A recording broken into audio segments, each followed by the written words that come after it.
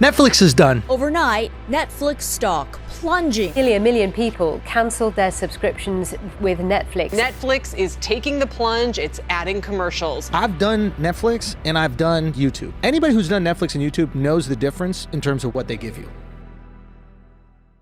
So what does YouTube give you that Netflix doesn't? YouTube has a much more creator-friendly algorithm. Yeah. We know hilarious comics who have stuff on Netflix that nobody's seen, and the algorithm there is just not as good as the YouTube algorithm. No, YouTube algorithm is the best. Nothing beats it. Schultz's observations are not by chance. He has a psychology degree and understands human behavior. And once he understood the YouTube algorithm, he started treating his YouTube channel like his own Netflix, uploading comedy specials, stand-up clips, podcasts, vlogs, and much more original programming. And I put out a clip a week on fucking Instagram and YouTube for a year.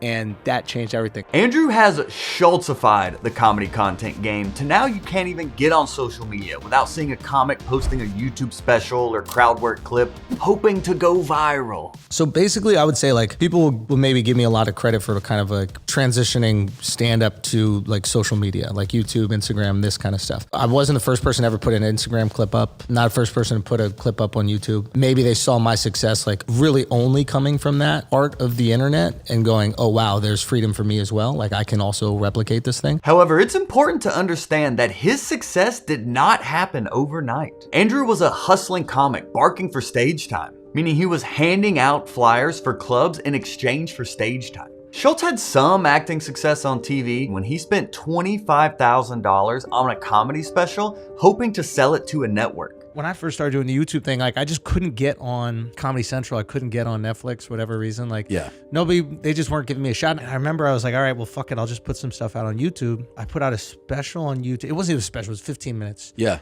But it was like 4 different clubs in New York City. And I did it all in one night, and like the cab rides in between. Sure. And it was just like a fun little thing. Schulz downplays the length of his first special, but it was very strategic. Even when I was doing like the YouTube specials, like I was like, what do you think about Netflix specials? Like, what is your thing?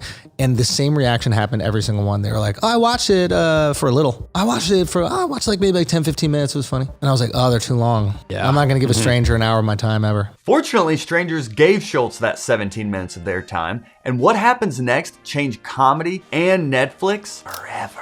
The weekend after I put it out, I sold out a comedy club in San Diego. And I thought it was kind of like a coincidence. I was like, this is, maybe I'm bigger in San Diego than I realized and blah, blah, blah. And then the next weekend I went to Columbus and I sold out a club. And I was like, the fuck is going on? And like just kept kind of building. And I was like, holy shit, is this because of the YouTube special? It was because of the YouTube special. And now with almost 3 million views, Andrew's $25,000 bet paid off, and he now had Netflix in his crosshairs. As the saying goes, keep your friends close and your enemies closer.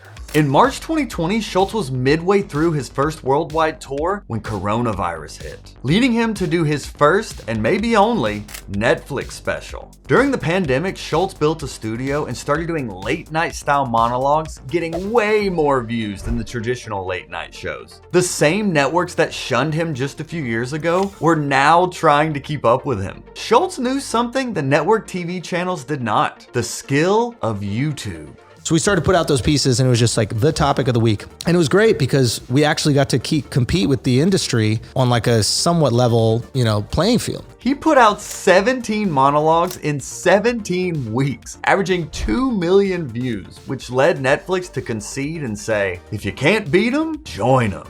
Andrew's YouTube show turned into a 4-part Netflix special. And after seeing Behind Enemy Lines for the first time, Schulz learned all of Netflix's weaknesses and exactly how to destroy them, and wanted to try one more dance with the devil. Once Schulz got a taste of that Netflix money, he decided to double down and work with another streaming platform to release his next comedy special. Schulz wanted this to be his best special yet and worked harder than ever to make that happen.